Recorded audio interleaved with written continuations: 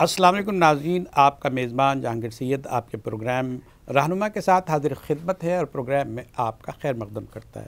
ناظرین، جس طرح کہ آپ جانتے ہیں کہ ہمارے پروگرام کا فارمیٹ یہ ہے کہ ہم کسی لیڈنگ پرسنالٹی کو جسے اپنے شعبے میں اختصاص حاصل ہو، امتیاز حاصل ہو، انہیں یہاں مدعو کرتے ہیں اور ان کی ابتدائی زندگی سے لے کر جد و جہد اور ان کی کامیابیوں کی داستان آپ کے سامنے رکھتے ہیں، اور جو قومی مسائل ہیں، جو سلگتے سوالات ہیں، ان پہ بھی بات کرتے ہیں اور رائے لیتے ہیں۔ آج خوش قسمتی سے ہمارے ساتھ ڈاکٹر شاہد حسن صدیقی صاحب ہیں۔ ظاہر ہے کچھ لوگ امتیاز کے ساتھ پیدا ہوتے ہیں۔ آئی بی اے میں آپ رہے اور آپ نے بینکنگ میں وہاں ٹاپ کیا، ساتھ ساتھ research institute of Islamic banking and finance کے آج کل چیئرمین ہے، کافی عرصے سے ہیں، اور ریسرچ کے کاموں میں آپ نے بڑی عرقریزی کی ہے۔ اقوام متحدہ میں بھی آپ کے ریسرچ پیپرز دیکھے گئے ہیں، اس کو کنسیڈر کیا گیا ہے، اور ساتھ ساتھ بھٹو صاحب سے لے کر جہاں جہاں موقع لگا قوم نے آپ سے رہنمائی حاصل کی ہے۔ جی ہاں، یہ پاکستان سے عشق کرنے والے لوگ ہیں، انہوں نے سیکریفائز کیا، آئے اور وہ کام کیا بنیادی جو آج تک ہماری بنیادوں میں ہے، اور جس کی وجہ سے یہ ملک آج ایٹمی طاقت بن سکا ہے۔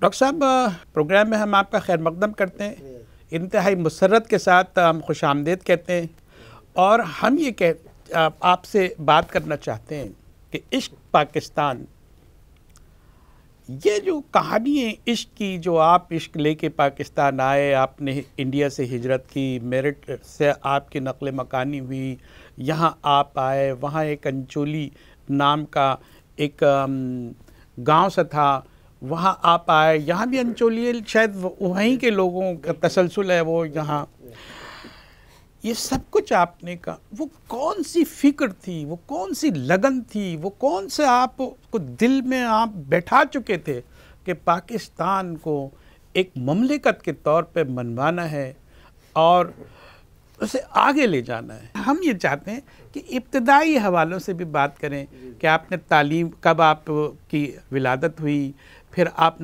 یہاں ہجرت کر کے پاکستان آئے، پھر آپ نے تعلیم کہاں حاصل کی، پھر آپ نے آئی بی اے سے جو کچھ کیا، یہ مختصراً ہم لے لیں، اس کے بعد ہم آپ کا جو کام ہے قوم کے لیے اس کا بھی تذکرہ کرنا چاہیں گے۔ بڑے فخر کے ساتھ ہم تذکرہ کرنا چاہتے ہیں اپنے فرزندان پاکستان کا جس میں آپ شامل ہیں۔ جی شکریہ۔ پہلے میں آپ سے عرض کر دوں کہ بالکل آپ نے صحیح کہا کہ میں پیدا ہوا تھا، ایک گاؤں ہے انچولی، یو پی میں، جی جی، انڈیوائیڈڈ انڈیا، جی جی، اب وہ علاقہ بھارت کہلاتا ہے۔ ٹھیک ہے، 2 جولائی 1943۔ ٹھیک۔ تو لیکن وہاں اب جو یادیں ہیں اس وقت، ایک تو جو بزرگ ہمارے تھے ان کی یادیں ہیں، مگر 2 یادیں بڑی اہم ہیں جو ہمیشہ میرے ذہن پہ رہتی ہیں۔ جی جی، ایک یہ تھی کہ ہمارے والد صاحب جو تھے، جی، ان کا تعلق جو تھا وہاں محکمہ جیل خانہ جات سے تھا۔ اچھا، تو ان کے فرائض میں یہ بھی تھا کہ صبح سورج نکلنے سے کئی گھنٹے پہلے وہ جا کے گشت کرتے تھے، دیکھتے تھے کہ حالات ٹھیک ہیں، کوئی سب کام ٹھیک ٹھاک جیل کے اندر ہو رہا ہے یا نہیں، اور جب واپس تشریف لاتے تھے اس وقت بھی فجر کا وقت ہوتا تھا۔ جی جی، تو ایک دن تمہاں صوفے ہوئے تو گھر میں نہیں ہوتے تھے، وہ تخت چوکی کہہ لیں آپ، جی جی، تو صبح صبح جب واپس آئے تو مجھے ابھی تک یاد ہے وہ اوور کوٹ پہنا تھا، اس کو چسٹر کہتے تھے، جی جی، بہت زیادہ خاموش تھے، اور آ کے جی، چوکی پہ بیٹھ گئے۔ تو والدہ نے پوچھا کہ کیا بات ہے، خیریت ہے؟ وہ سمجھے کہ کچھ وہاں پر مس مینجمنٹ ہوگا تو ڈپریس ہو گئے۔ تو ان کی عادت تھی کہ فوراً جواب نہیں دیتے تھے جب کوئی بری بات ہو۔ اچھا، تو وہ کئی لمحے خاموش رہے، اور پھر یہ کہا کہ جی وہ لیاقت علی کو شہید کر دیا۔ اب میں فرینکلی اسپیکنگ مجھے نہیں سمجھ آئی کہ یہ کون ہے۔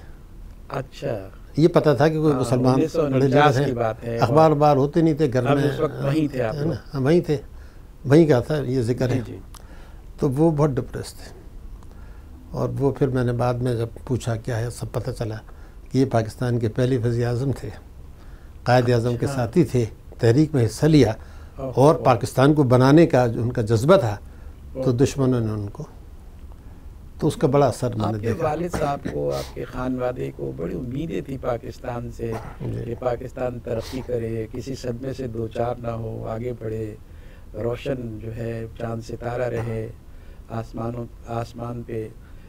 تو یہ طلب جو ہے شاید ہجرت پہ وہ اس کو مجبور کیا، آمادہ کیا آپ کے والد صاحب کو، اور آپ تشریف لائے، آپ کا پورا گھرانہ تشریف لایا تھا؟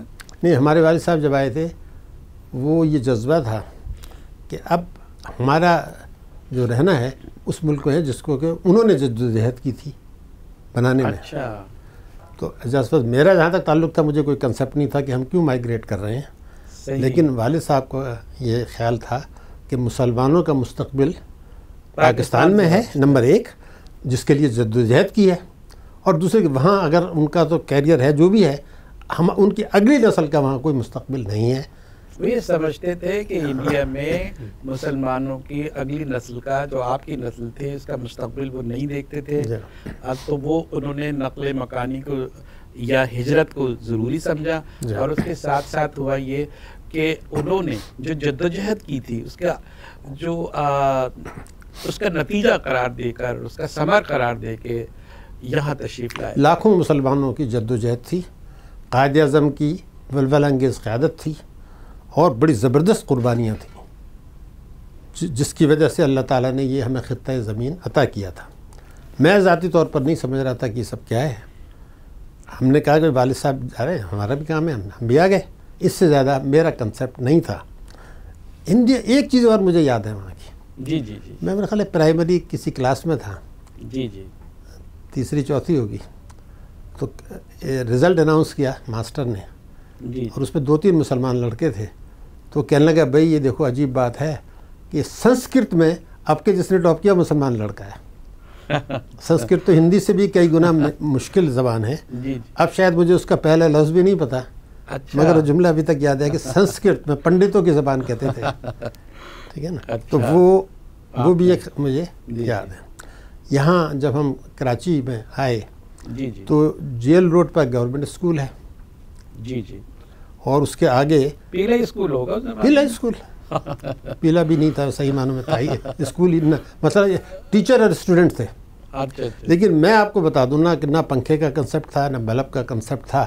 اگر کنسیپٹ تھا تو اندر کی روشنی کا تھا، تو جو ٹیچر ہمارے تھے، روشنی کی شوق تھا، شوق ہمیں تھا یا نہیں تھا، ان استادوں کو شوق تھا کہ وہ ہمیں پڑھانا چاہ رہے تھے۔ مگر اس کے بعد وہیں سے تھوڑا آگے ایک جہانگیر روڈ پر بخال اب بھی اسکول ہے، پیلا اسکول، ڈبل اسٹوری۔ میں آپ کو کہتا ہوں جو وہاں سے پڑھ کے نکلے، صحیح، اور جو کچھ ہم نے وہاں استادوں سے سیکھا، صحیح، اور جو علم کہ گھر پہ والدین کا تھا، تو میں ایسے کبھی کبھی سوچتا ہوں کہ وہ جو ہمارا پیلا اسکول بھی نہیں تھا جہاں سے ہم نے یہ پری یعنی میٹرک سے پہلے جو 2-3 کلاسیں اٹینڈ کی، تو اس میں جو لوگ وہاں تھے وہ کہاں پہنچ گئے۔ مطلب میرے ساتھ ایک لڑکا بیٹھا کرتا تھا، مجھے ابھی تک یاد ہے کہ اب سے چند سال پہلے میں ایک صاحب کا ذکر کروں، جی جی، میں ان کے گھر جاتا تھا تو ان کی والدہ بہت ضعیف ہو گئی تھیں، جی جی، اور ان کی آئی سائٹ کمزور ہوتی، جی، تو مجھے دیکھ کے یوں کر کے کہتی تھی، میری عمر اس وقت 60، کہ یہ لڑکا وہی والا تو نہیں آ گیا۔ اب میں گیا یار اس عمر میں لڑکا کہہ رہی ہیں، تو وہ ہمارا ایک دوست تھا کے لیے تو لڑکے ہی تھے آپ، جو ہاں ہمارے ساتھ بینچ پہ بیٹھا کرتا تھا، جی جی، بالکل برابر میں، میرے 2-4 نمبر مجھ سے کم ہی لیتا تھا۔ اس کا نام تھا ڈاکٹر ظفر سعید سیفی، وہ کراچی یونیورسٹی کا وائس چانسلر بن گیا۔ واہ واہ واہ، اس نے فارمیسی میں جا کے پی ایچ ڈی کیا، اب وہ ریسرچ کی ہومیوپیتھ میں، پاکستان میں بہت بڑا نام، جی اب پرومیننٹ سائنٹسٹ۔ اب آج بھی ہم اسی طرح سے خلوص سے ملتے ہیں ہر 15 دن کے بعد۔ آج میں جب دیکھتا ہوں کہ 60 سال تو نہیں تو 55 سال ضرور ہو گئے، تو کیا خلوص تھا اس زمانے میں، وہاں سے جو لوگ نکلے۔ میں کہتا ہوں یہ ہے اثاثہ زندگی کا کہ آپ نے وہاں جو دوست بنائے بڑے بڑے۔ ہمارے ساتھ میٹرک میں ایک تھا، وہ جا کے لندن انگلینڈ میں مشہور ہو گیا کہ جی ماہر نفسیات مشہور ڈاکٹر نواب زیدی، یہاں آرتھوپیڈک سرجنس، بڑے بڑے لوگ نکل کے وہیں اسکولوں سے۔ آپ کی بات جاری رکھیں گے۔ لیونگ لیجنڈ جب بولتا ہے تو زندگی بول رہا ہوتا ہے، واقعات سے لگتا ہے دھڑکتا ہوا دل اس میں شامل ہے، جذبات ہیں، اور جو جوش اور ولولہ پاکستان کو ترقی دینے کا ان کے اساتذہ میں تھا، اب وہ حیرت بھی ہوا، کہیں نظر بھی آیا۔ اور آج قوم بہرحال مشکلات سے دوچار ضرور ہے، لیکن کسی کے سامنے سرگنگو ہرگز نہیں ہے۔ ناظرین، یہاں ایک چھوٹا سا بریک لیتے ہیں، بریک کے بعد ہم ڈاکٹر صاحب سے مزید زندگی کی کہانی سنیں گے، ان کے واقعات سنیں گے، اور جو انہوں نے کارنامے، جو ریسرچ کے میدان میں کارنامے انجام دیے ہیں، اس کا تذکرہ بھی ہوگا۔ ہمارے ساتھ رہیے۔